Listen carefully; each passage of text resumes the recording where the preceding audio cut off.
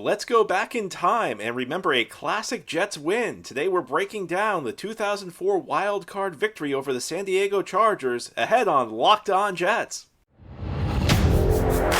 You are Locked On Jets, your daily New York Jets podcast. Part of the Locked On Podcast Network, your team every day.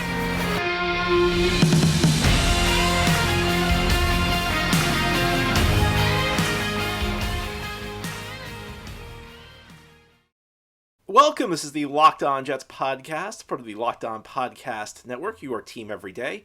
It's Wednesday, June 21st, 2023, and I'm your host, John B. from GanggreenNation.com. Thanking you for making the show your first listen or first watch every day. Subscribe to the show for free on YouTube or wherever you get your podcasts so that you'll get new episodes as soon as they are posted. If you're listening on a podcast source and enjoy the show, please give it a 5-star review. If you're watching on YouTube, give this episode a big thumbs up. These things help us out, help other Jets fans find the podcast. Usually on Wednesdays we have a mailbag show. We're going to change the schedule a bit this week. We're pushing the mailbag back to Thursday, so tune in tomorrow for our weekly mailbag. But today we're going to talk about a game from 2004 that the Jets played. It's a quiet time of the offseason, so I've begun a new series that looks back on some of my favorite Jets wins through the years. And today I'm taking a look at the 2004 wild card victory over the San Diego Chargers. My friend Michael Nania of JetsXFactor.com joins me once again to break it all down. This is the latest edition of our look back series. Maybe do we want to call it the Return Flight series? I like that. Anyway, my friend Michael Nania of JetsXFactor.com is joining me. And during the offseason, there's not much going on with the Jets, so we want to take a look back at some of our favorite Jets games through the years. And today we're going to look back at one of my personal favorites. It happened in January of 2005, the 2004 season. I think it's the first time Michael's ever seen this game. The Jets go out to San Diego and defeat the Chargers in overtime in the playoffs. It's the wild card game. Michael, thank you for joining me. Thanks for taking the time to take a look back at this game. Yeah, I mean, last time I was on, we went over the Patriots game in 2015, which I was a huge fan at that time. I remember watching that game vividly. It's one of my most memorable games as a fan, but this one was a little bit different experience. I was only 4 years old at the time of this game. I was not watching the Jets yet. So I went back and did my research. I watched the highlights of this game, looked at the box score, looked at some 2004 stats from the Jets that year. So I was able to do my studying going into this, and I'm looking forward to hearing some of your thoughts on it as someone who was watching it at the time. Well, this was, when we did the Patriots game, I told you that I thought the 2015 Jets team was maybe the most underrated Jets team since I follow them, with one exception. And I think that exception was the 2004 Jets, which was an excellent team. And before we start talking about the game, I'll give everybody a little bit of context of what was happening with the Jets at this point. So this is a wild card game. The Jets had begun this season 5-0, and then they were 6-1. And the only loss was a 6-point loss at New England against what may have been the best Patriots team of the Brady-Belichick era. So this team is right in the mix, like halfway through the season. And then they go to Buffalo. Chad Pennington, who's the quarterback, suffers a pretty serious injury, so he misses a couple games. The Jets, drop a couple games. They win one game out in Arizona with Quincy Carter and Brooks Bollinger. Pennington returns. He's not really himself, though. And you could tell he's hurt, but the media is not really buying it. So Pennington's performance comes under the microscope. Week 15, the Jets have this big victory over the Seattle Seahawks. They blow the Seahawks out in the Meadowlands.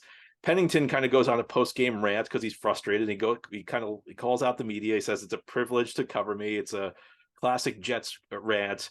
Unfortunately, the next 2 weeks, week 16 and week 17, Pennington plays poorly. The Jets lose those games. So now he's kind of got the target on his back. In fact, the Jets only made the playoffs this year because the last week of the season, they lose in overtime to the Rams. While that game was happening, the Steelers, who had nothing to play for, they had already clinched the 1 seed. They play their backups against Buffalo, and somehow the Pittsburgh backups beat the Bills in a game that means everything to the Bills. So the Jets are in the playoffs, but nobody's really feeling that good about it. There's all this talk the team's collapsing. Pennington's not himself. On the other side, you have the San Diego Chargers, who are the surprise team of 2004. The previous year, they had been the worst team in the league. They had the number 1 pick in the draft. A young quarterback named Drew Brees was not very good for them. It looked like a total bust. So they drafted Eli Manning, but Eli Manning wanted nothing to do with the Chargers. So they trade the pick They end up getting Phillip Rivers and a bunch of other picks. Rivers holds out at training camp, and that's probably the only reason Brees ends up as the starting quarterback with the Chargers. Then Brees out of nowhere has this great season. Antonio Gates emerges. So the Chargers end up winning the AFC West. The Jets actually beat the Chargers this year, week 2, out in San Diego, but nobody really thinks the Jets are going to win this game because those teams are very different. The Jets played well early in the season. The Chargers really not put it together at that point. So that's a little bit of context for this game. And you can tell if you watch the broadcast, and I went back and watched the full game. Heading into the game, the criticism around Chad Pennington was clearly one of the topics Al Michaels and John Madden brought up. And one thing I want to say before we get into this, Michael, and thank you for listening to that long diatribe about what was going on. I couldn't help but think about how crazy it was that Pennington was the topic of so much criticism because, I mean, there are still people who defend Zach Wilson after what he's done the last 2 years. Yet Pennington was like this lightning rod, and he was a good quarterback. And whenever he was healthy, the Jets made the playoffs. It just, maybe we did not appreciate it at the time, but it kind of boggles my mind that there was a quarterback as good as Pennington who got so much criticism as he did in 2004. Yeah, and the way you mentioned it is definitely interesting because I know from my perspective, like from the point I've started watching the Jets, I mean, I've been through Sanchez to Geno Smith to Darnold to Wilson. So looking back at Pennington and what he accomplished, and just hearing his reputation from people who watched him more closely than I was able to at that point, like he's kind of the gold standard for Jets quarterbacks, kind of post Namath. I mean, it's him, it's Ken O'Brien. Obviously, Vinny had a great peak year, but he's up there in terms of the best guys since Joe Namath. So to hear that, at that when he was playing, that there was some criticism on his shoulders, and we know he was banged up. That was his biggest, his biggest issue holding him back. But when he was healthy, like just from my perspective, looking back on it, the production was good. The Jets won when he played. So it is interesting to hear at that time that he was taking some criticism. I guess, like you said, maybe we just didn't understand at that point what he would, go on to be in Jets lore, how he would compare to what was going to come after him. Pennington, again, was playing hurt. I mean, the thing is, early in this game, he was not very good. He was missing throws left and right, throws that he never misses while healthy. And, the announcers are even talking about how because he's injured, he's kind of adjusting his mechanics, and that's causing him to make inaccurate passes. And I thought this was kind of a tale of two games for Pennington. At the start of the game, he was kind of off target. He was missing throws. He was missing all kinds of throws. And it was not a good start. Yeah, I mean, just looking at the highlights, it was definitely a sort of, run heavy plan from the Jets, and the passing attack wasn't super effective for the Jets in that game. And I forget what the final numbers were. I'm gonna pull them up right now. Maybe you have them as well, but yeah, it wasn't the most explosive aerial attack. And I know this was the year where Curtis Martin had that famous season where, in his 30s, he was the rushing champion. 4.6 yards per carry with a 25 long run in the season. And you could see that in this game, that they were doing their best to lean on him. And it turned out to work well in the end, but they did kind of bottle him up, right? Looking at the box score, yeah, and they 18 couldn't. for 66. I mean, the thing is, best game. They could not block Jamal Williams, who was the Chargers' nose tackle. He was dominating Kevin Mawai and Brandon Moore. And those are not words you hear often because Kevin Mawai is in the Hall of Fame. So it's not like Kevin Mawai had many bad games, but they just couldn't deal with Jamal Williams. And this was one of those things that like kind of shows you the way the NFL has changed, because Jamal Williams was this big, like 350-pound nose tackle and played in the middle of a 3-4 defense. And in those days, I mean, that's the way you built your defense. You built it around a guy who just ate up blocks, who you couldn't block. And in today's NFL, a guy like that's probably like a part-time player. He's kind of a run stopper, a guy who clogs up blockers. Jamal Williams has never had more than 4 sacks in a single season in his career. In today's NFL, you generally want guys who get up the field. You don't want the big nose tackles who just draw double teams anymore. But that's the way defenses were built around them, and the Jets had a lot of issues with Jamal Williams blocking him up front. Yeah, it was definitely, looking at this game, I think one of the things that stood out, and we were talking about this before we started recording, but just the fact that it was almost a novelty when a team would use a nickel defense on first down. I know you said there was a play where Al Michaels pointed that out, like it was, some strange occurrence. And now that is the most common defensive package, or at least a lot more than it was.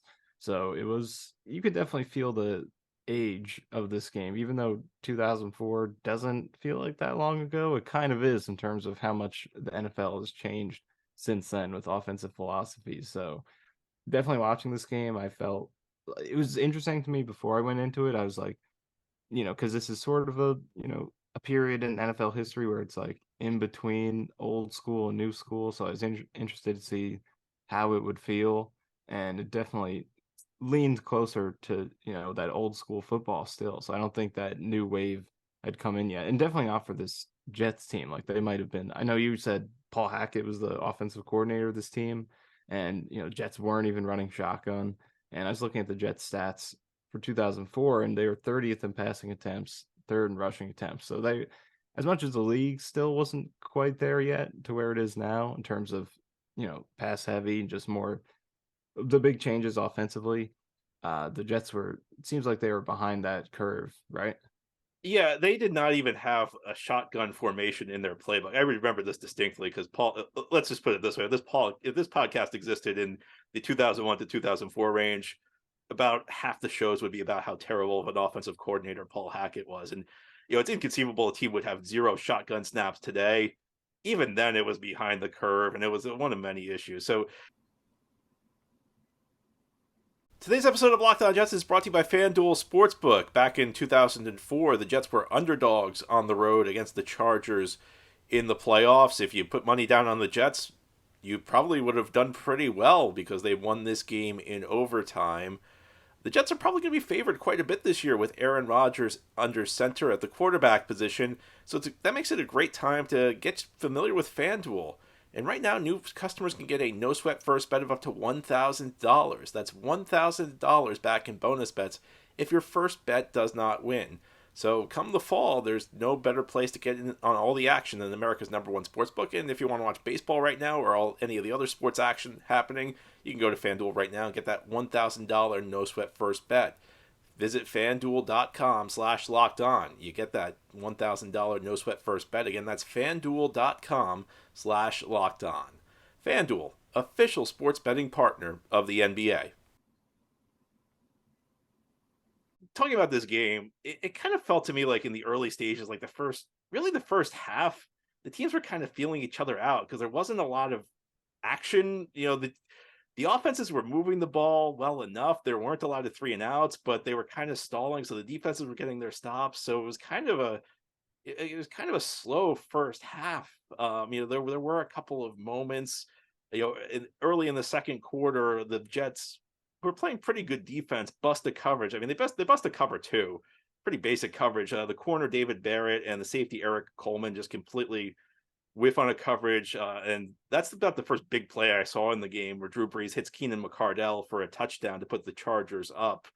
And also, I was amazed Keenan McCardell was still playing because I remember him playing in the 90s with the Jaguars. And that's another thing that's really interesting, I think, about watching a game from like 15 to 20 years ago, because in the same game you have a guy Keenan McCardell who I remember watching that guy almost 30 years ago, and he's catching a pass from Drew Brees, who was in the NFL 3 years ago. So you get like these wide varieties. So the Jets were down 7-0, and then they kind of bounced back. And I always thought one of the key moments was the Jets almost blocked a punt with John McGraw, and there was controversy over whether or not they should throw a flag.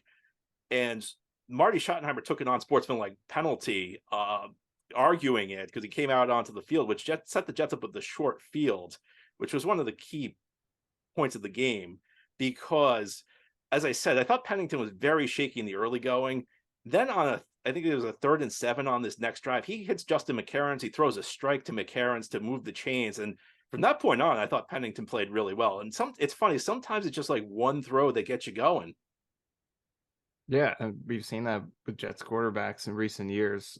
Sometimes it'll be a cold start, but they hit that one throw and they'll have a hot streak to end a game. The game-to-game consistency hasn't been good, but any quarterback can get going when they hit that one throw. And I know watching this one early on, like there were the couple of big plays early, like you mentioned, Brees hit that deep pass to McCardell, and I remember watching that at first, and they called it incomplete. And I saw in the replay, I was like, that's definitely a catch. So I wasn't surprised that they overturned it. And then Pennington hits the bomb, Santana Moss, and before that, he Anthony Beck blown coverage. He was wide open. So, it seemed like the Jets were controlling this early on, but they just weren't able to kind of put the Chargers away. And then later on, they were able to inch back and force overtime. Right. Let's go back to touchdown, because this was on the drive right after he hit the pass to McCarron's to move the chains. And it's funny because for 19 years I've been saying that the Chargers busted the coverage, but I actually realized something watching that touchdown to Becht. Pennington audibled at the line, and essentially he made a pre-snap read that the Chargers were blitzing, and essentially what happened was Becht was man to man against the deep safety. So Pennington changed the route. He sent Becht to the flat, and if you have a deep safety against a tight end, the route to the flat, the guy's going to be wide open. And the Jets receiver threw a block. I think it was Santana Moss. So Becht walked into the end zone for that. So I'm sitting there saying, like, wow, a Jets quarterback making a pre-snap read. And I guess we can get used to it this year with Aaron Rodgers, but that's a sentence you don't hear that often. And it's fun. 19 years I've been thinking the Chargers just completely blew that play, but there's actually a great read by Pennington, and he changed the play and an adjustment, and Jets getting good quarterback play. It's definitely something that I'm not used to seeing. So that's a great catch by you, and I'm hoping that Rodgers can mimic that this year. That's such a big part of quarterbacking. Like, we can focus on arm talent all day, mobility, and all the physical traits, but so much of being a good quarterback is, what can you create for yourself with pre-snap reads? How can you get to the line of scrimmage and create advantages for your offense by being able to read the defense and maneuver things around? If you have a quarterback who can do it well, there's so many things you could open up through that. So hopefully Rodgers can do it. And like you said, great job by Pennington on that play. I just rewatched it right now, and yeah, you can definitely see the pre-snap read there by Pennington, and then Becht getting wide open as a result of that. Yeah, and I can't take total credit because John Madden said it as when he was breaking the play down. So full credit to John Madden, who was the analyst on this game. And game goes to halftime 7-7. The Jets defense makes a play near the end of the first half, and Eric Coleman, who was part of the blown coverage on the McCardell touchdown, kind of atones for it. He deflects a pass that I think is picked off by David Barrett that stalls the Chargers drive. Then the Jets are moving the ball, but they can't get anything going. So they end up punting before the half. So it goes to the locker room 7-7. And then second half is pretty exciting. And early in the third quarter, we'll get to let's talk about the throw you were discussing. Pennington hits Santana Moss for a long touchdown. And for Pennington, he's playing hurt. The big knock on him is always arm strength. And he just this is an unbelievable throw. As much as I remember this game, I did not remember how good that throw, because Santana Moss only had like a step or two on the defender, and he kind of dropped it in the butt. I mean, that throw had to have pinpoint accuracy. And Pennington, it was like a 50-yard pass on the air that he just dropped. He dropped in just like the spot it had to be. Yeah, I was amazed when I watched that, because I know arm strength, like you said, is always the knock on Pennington. So when I saw him pulling the trigger, I was like, is this going to be an interception? But then it's a perfect throw that lands right into the bucket. And it was about over 55 yards in the air. He throws it from maybe the 50 or the 46-yard line on the Jets side of the field, and it's caught in the end zone. So yeah, about 55 yards right in the bucket with two guys blanketed on Santana Moss. So incredible throw by Pennington there. At this point, the Jets, it feels like they're in control of the game. Now, they have one really bad moment where Dwayne Robertson, the defensive tackle, should we call it pulling a CJ Mosley, jumping offside on a fourth down from San Diego. He at least didn't jump over the line like CJ Mosley did, but then he makes up for the next play. He gets a big tackle for a loss. And one of the funny things about this is, and now this is something I had forgotten, because Dwayne Robertson's remembered as one of the biggest busts in Jets history. They traded up for him in 2003. He actually did have a pretty good second season, and they pointed that out. So the Jets are kind of in control of this game, and they drive into field goal range on their next drive. And Doug Bryan hits a field goal, but it barely sneaks through. It hits the post, and then it's close to being a double doink. And this is the week before the infamous game where he missed the two kicks in Pittsburgh. And even though he made that kick, you saw the signs that he was in shaky position. He was in shaky shape in this game. He missed a 33-yard field goal in the first quarter. He almost missed the extra point after the Becht touchdown. He barely snuck it through. And then on a kick that's a pretty routine kick, a kick from just over 40 yards. He needs the goalpost to get through. So again, there were kind of signs there that Doug Bryan was not a kicker to be trusted in this game, and that would come into play the next week. But the Jets are up 17-7, and it feels like they're in control.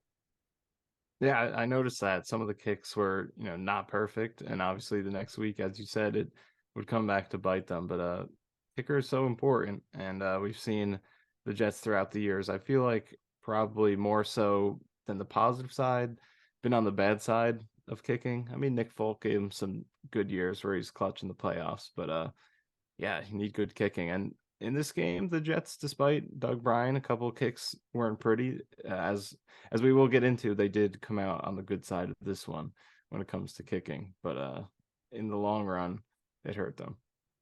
And there was another moment that happened in the second half of this game that I had kind of put out of my mind. And there was like this altercation between Herm Edwards and one of the coaches on the sidelines.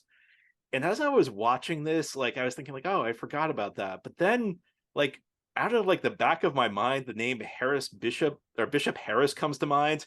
And then they show a graphic of the coach he was like yelling at. It's Bishop Harris. And I'm like, oh, this must have been like somewhere buried in the back of my mind. So I looked this up, and it did not really impact the game. Of course, they downplayed it afterwards, but 2 weeks later, this coach was gone. He was the running backs coach. So just a minor note there. But Jets are up 17-7, and it feels like they're kind of in control of this game at this point. And one thing that I noticed is they did a really good job, especially in the first three quarters, of bottling up Antonio Gates and LaDainian Tomlinson. Gates had 2 catches before the San Diego final drive of the fourth quarter. And Tomlinson, at halftime, they showed a graphic. He had 56 yards. So he was on pace for a 100-yard game, but there were really no big runs. It felt like the Jets kind of kept him in check, which against the great players, all you can do. And I guess another funny note, and something I had forgotten, is that early in the game, Al Michaels makes the point that, well, this is a guy you may not recognize because not many people know about the Chargers, but one day people are going to know how great LaDainian Tomlinson is. And I thought this through, and it's like everybody knows LaDainian Tomlinson now, but you know what? Back in those days, the Chargers were, the year before, they were the worst team in the NFL. They play out on the West Coast, and they played on the West Coast in San Diego. So another funny thing is just thinking of that there was a time where NFL fans did not know how great LaDainian Tomlinson was. Yeah, that's definitely crazy for me to think of because I remember him in the tail end of his career with the Jets, him already being established as a legend. So that's always interesting when you go back and look at older games kind of before your time and see some of these players who are already established as legends to you in your mind because that's how you saw them when they were playing, and see them in the younger stages of their careers when they were at the same exact point that some of the young up and coming stars today are at in their careers, and then maybe one day those guys will be veteran stars that we looked at in the same way. So it's interesting whenever you go back and see like a young Brees, young Antonio Gates, young LT, a lot of up and coming offensive stars on that Chargers team. So the Jets give up a field goal. So it's 17-10. And now the last thing that I had completely forgotten about this game, and this was something like I drew a blank on, is the Jets are up 17-10 and they're driving in the fourth quarter, and they get into San Diego territory, and they actually get a drive extended on a Chargers penalty. And they're on like the 30-yard line with like, I don't know, around 6 minutes left. And I'm thinking, all right, I know this game went to overtime, but I can't imagine how the Jets did not put this game away here. But there's a penalty on Anthony Becht, and the Jets have to punt, so the Chargers get the ball back. And as good as they were against Antonio Gates all game, and if you watch this, I mean, it's always difficult to tell on the TV view, but it was clear that he was drawing a lot of attention, that they were double teaming him, that they were putting sub packages on the field to contain him. And it's one of those things that drives you crazy once you have something that works all game and then the game's on the line and suddenly you change what you do and the Jets stop focusing on him and he just eats the Jets up on that last Chargers drive of the fourth quarter. It gives me flashbacks of Rob Gronkowski because, we've seen so many games where the Jets have struggled to handle him, and Gates was, before Rob Gronkowski, there was Antonio Gates, the original dominant receiving tight end. So it was interesting to see what he looked like back in the earlier days of his career. And I saw some of his, good years when he got into his 30s, but I never really got to see the prime Antonio Gates. So that was fascinating to watch. Yeah, so the Chargers get into like a goal to go situation in the final minute of the game. And the Jets have 2 timeouts, and the Chargers get to the 1 yard line, and they stop Tomlinson on 3rd down, and there's still like around a minute left, and the Jets don't use a timeout. And this is a chronic issue with Herm Edwards, the time management. If they call a timeout there's still like a minute left on the clock if the Chargers score, so you can do something with the ball if they score and tie the game up. And if you get the stop, the Chargers can't. You can still run the clock out. So bad clock management, but the play of the game, this is one I remembered vividly. I remember like being crestfallen when this play happened. It felt like the play that was going to end the Jets season. On 4th and goal, they send a blitz, and they get a free runner on Brees, and they're up 17-10. It's 4th and goal from the 1 yard line. And they Brees' pressure, he just throws a duck up. There's nobody open. They knock it down, and then there's a flag on the field. And there's a roughing the passer call on a linebacker, Eric Barton. And, the NFL of 2004 was not the NFL of today. They were not nearly as strict as enforcing hits on quarterbacks as roughing the passer. But even by the standard of 2004, I mean, this was an obvious call. Because, I mean, he literally just elbows Brees to the head as Brees is going down. It was totally unnecessary. I mean, the Jets have this game won, and Eric Barton gives the Chargers new life. Yeah, it was definitely interesting when I watched it because that's the first thing that came to mind is the difference in the standards at that point. There was definitely a lot more leeway in terms of roughing the passer calls, just overall physicality that was tolerated. So it was, when I was thinking about it, it was definitely in my mind, like how would that be called today versus then? But I think you're right. It's something that probably could and should have been called in either era because it seemed like a pretty deliberate shot to the head, and that's the number one thing they're going to be looking out for. So it seemed like a very boneheaded play, and most of the time when the Jets make a play like that, it lives in infamy as just another classic Jets moment that comes back to haunt them. And luckily in this case, it didn't happen though. But what I was thinking is nobody remembers this but if Barton doesn't do that, like that's a goal line stand that we're still talking about today. We're talking about this as like one of the greatest moments in franchise history, this goal line stand to win the playoff game in San Diego. So in that way, it kind of took they still won the game, Yeah. so you can't get that upset. But it's like it would be one of those moments in franchise lore that you look back on is like when the Jets held on the goal line to win this road playoff game against the Chargers, and then the next play after the Barton penalty, Brees finds Gates for a touchdown, and the Chargers have tied the game, and the Jets don't have any timeout. The Jets don't have any time left because they did not use any of their timeouts on the goal line, which was again a chronic issue with Herm Edwards, the time management. So this game goes to overtime. And unlike the last game we talked about, where the Jets lost the coin toss and New England decided to kick off, Jets lost the coin toss here and the Chargers took the ball, and both teams got one possession. And then I mentioned how the Jets did a good job bottling up Antonio Gates until that last drive of the 4th quarter. They did a good job bottling up LaDainian Tomlinson until the overtime, and Tomlinson just took over on that overtime drive. And John Madden is saying, Tomlinson's the only guy on this field that looks fresh, and he's absolutely right. And the Chargers are getting in on the fringes of field goal range, and you just feel that the season's ending. And you mentioned John Madden. I want to talk about him quickly because I didn't get to hear a lot of years or really much at all of him on the mic since I started watching. And obviously he's an iconic broadcaster, and I've heard plenty of him. But to kind of watch through an entire game and hear, what he was like, it was definitely, and even this is, towards the back end of his career, but he was still, I think, an awesome commentator at this point. I thought he's funny, he brings energy. I think his insight is great. So it was just cool to hear him throughout this game. And it also just, to hear a Jets game being called by, Al Michaels and John Madden, I thought was a really good combo. And I know you told me before we started recording that you love that combo as well and thought they had a really good game. He was phenomenal. I mean, when you compare it to what you hear today, I mean, it's unbelievable. I thought he was so good. I mean, the stuff he was pointing out. So like the Moss touchdown, he's calling this before the replay that the reason Moss got open is the corner. I want to say Quinton Jammer. He's got his eyes in the backfield because he bid on play action. And like, he just did it in Madden saying he did it for a split second, but that was enough to let Moss get separation. I mean, who sees that live? Just the eye he had, or, I mean, there were so many things I can point to.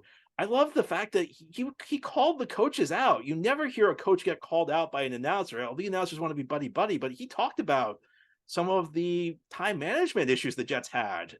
He talked about near the end of the first half when they had the Chargers pinned deep and they should have called timeouts to force the Chargers to punt.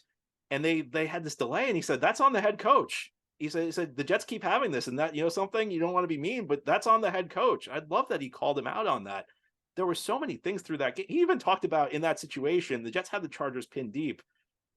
He talked about a rule I think not a lot of announcers know. I think not a lot of coaches know. If you fair catch a punt, you are allowed to attempt what's known as a free kick, which essentially works like a kickoff where you don't have a tee, but you have a holder, and your place kicker can kick the ball from the spot of the fair catch, and the defense has to be 10 yards back. And if you miss it, and the other team can return it. But if you hit it through the goalpost, it actually counts as a field goal, so your team can get a running start.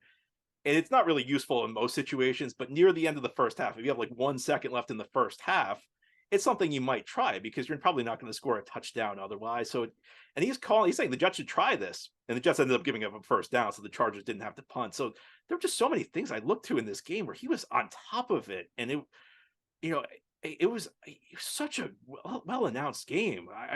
When I compare it to what you hear in this day and age, oh my God, he was so good. Yeah, there's definitely. I mean, there's still some great commentators, but I think it's more of a mixed bag. I feel like maybe some of the more recent hires, the past 10 years or so, are maybe kind of more made based off of name or what they accomplished in their careers.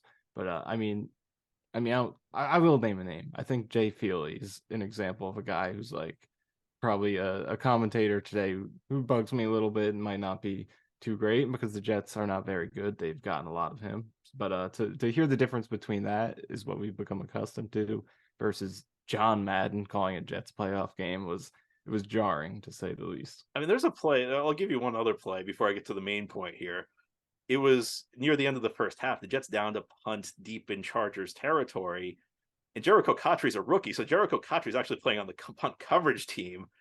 And Madden notices before the officials do that Cotry stepped out of bounds before he downed the punt, which he's not allowed to do. And I couldn't get over the stuff he was picking up. But here's one other thing he picked up is that in overtime, the Chargers get into like the fringes of field goal range.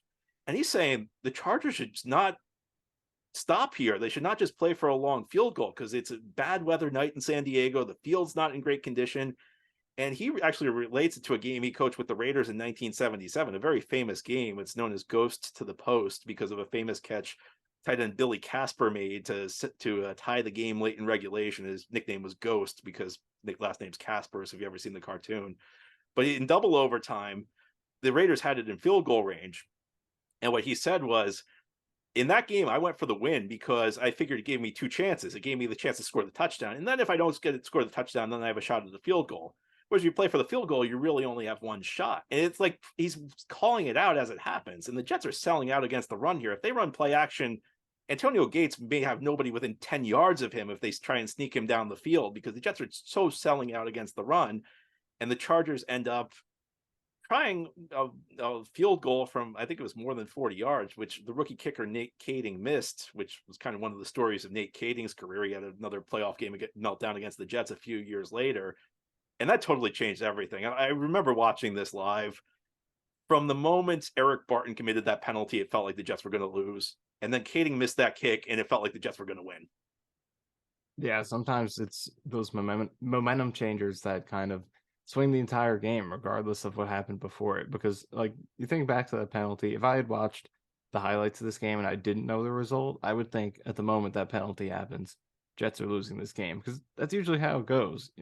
If you have control of the game and you have a collapse like that and you give a team life, usually it doesn't work out for you, especially if you're the New York Jets. But they got the life back because of that missed field goal. And like John Madden was talking about, the Chargers didn't really step on the neck of the Jets as much as they could have. So they have to attempt a relatively long field goal, not a gimme field goal, in conditions that aren't ideal. And it, gave the Jets life. So that's why it's always important to, even in these situations in overtime, if you're trying to get a game-winning field goal in the fourth quarter, whatever it is, you always want to maximize your chances as much as you can and not play it safe for that field goal. And the Jets drive right down the field. Pennington hits some passes, and then maybe the decisive plays. There's a outside run by Lamont Jordan down the left sideline. And as I'm watching this game, I feel like the Jets probably should have used Lamont Jordan more because Curtis Martin, look, a Hall of Fame running back, won the NFL rushing title that year. But Lamont Jordan averaged 5 yards per carry that year. He was the backup. He was a guy the Jets drafted in 2001 to be Martin's successor. And then Martin just kept producing. So Lamont Jordan never really got much of a chance. But he was a really physical runner. I felt like he may have been, in looking back, using him more may have been the right move in that game. But they finally got him the ball late in overtime, and he got them into field goal range. And then Doug Bryan knocks home the field goal to win it. And the Jets go on to Pittsburgh the next week, where we won't talk about what happened there. And one other random point is this kick took place in the final minute of the first overtime. And this is a weird thing because all that mattered was the Jets winning. But I actually remember watching this game in January of 2005, and I was kind of hoping the clock would run out, and then Brian would hit the field goal at the start of double overtime, just so I could say I saw a double overtime game. Yeah, I when was the last time we did see a double overtime game in the NFL? Do you know? Because I think it doesn't was. feel like it's anytime recent. I think there was a game between Denver. I'm not Denver and Baltimore in 2012. It was the game where Flacco hit. That's Flacco what I was hit that thinking. Like miracle that's what was in touchdown. the. I wasn't sure about it, but I thought like, was there a Denver Baltimore game I think early that was the last 2010s? one. The year before, there actually was a game. It was the 03 season, the 04 playoffs between the Rams and the Panthers, which I think Carolina won on like a Steve Smith long touchdown in the first play of double overtime. So game that close to a double over. But the important thing was the Jets won. I don't care if it happened in the first overtime or the second overtime, really. So the Jets won. It's a wild game. It was not a. It was a great win. It was not a particularly well played game, though. There were 17 penalties, all kinds of perplexing decisions. The Jets committing the huge penalty by Barton at the end of overtime. The Chargers kind of letting the Jets get going offensively on the Marty Schottenheimer penalty, and then the Chargers with their sequence where they settle for the long field goal. So it wasn't the best played game, but it was still, I thought it was a really fun game to look back on and watch, and probably in part because the Jets won. I mean, I would take a playoff win in any form or fashion at this point. If it's 2-0, 4-2, muddy, rainy, they score on a safety, they have 10 passing yards the whole game. I don't even care at this point. So you take them however you can get them. Let's end on a positive note. The Jets get a huge win in San Diego. They extend their 04 season. Again, I think the most underrated Jets team since I've started following them. And, for a team that was kind of drawing a lot of criticism, for a quarterback who was drawing a lot of criticism entering this game, a heck of a victory. Yeah, and I was looking at some of the areas where the 2004 team stacks up in team history. And according to a Pro Football Reference has a stat called simple rating system, which takes your point differential and adjusts it based on your strength of schedule. And according to that, they have the 2004 team as the 6th best team in franchise history.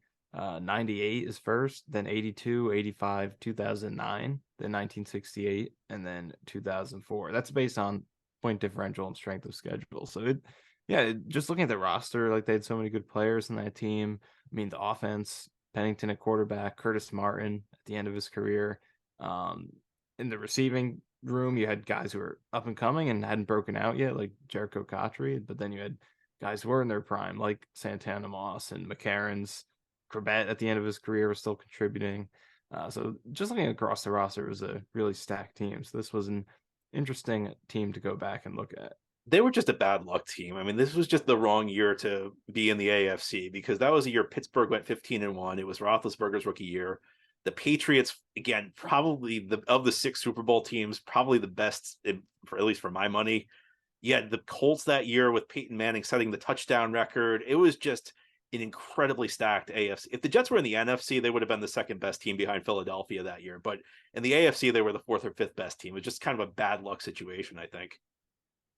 It's always tough when you get those breaks. I mean, like, I'm a Knicks fan, and my dad grew up watching the 90s Knicks, and you can't help but think about how many championships they might have gotten if they didn't happen to have their best era at the same time. The best player of all time happened to be playing in the same conference. So sometimes it works like that. And then as Jets fans, we know we also have had to deal with the best player of all time for 2 decades.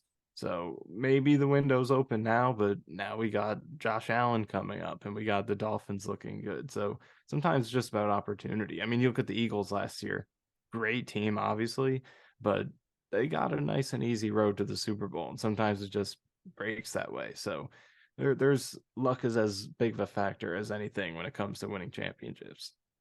All right, well, it was fun doing this, Michael.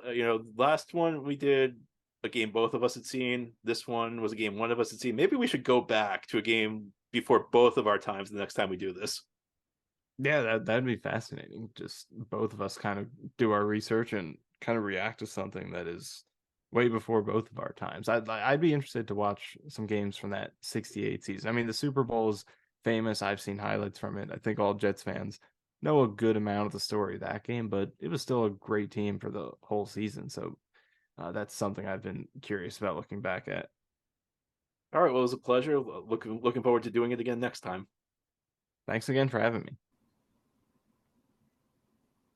Well, that's all for today's episode. Thank you so much for listening. This has been the Locked On Jets podcast, part of the Locked On Podcast Network. Your team every day is our motto. As always, if you enjoy the show, hit the subscribe button where you're watching or listening so that you'll never miss an episode. If you're listening on a podcast source, give the show a 5-star review. And if you're watching on YouTube, please give this episode a big thumbs up. These things help us out and help other Jets fans find Locked On Jets. Enjoy your Wednesday, everybody. We'll be back tomorrow with our weekly mailbag show.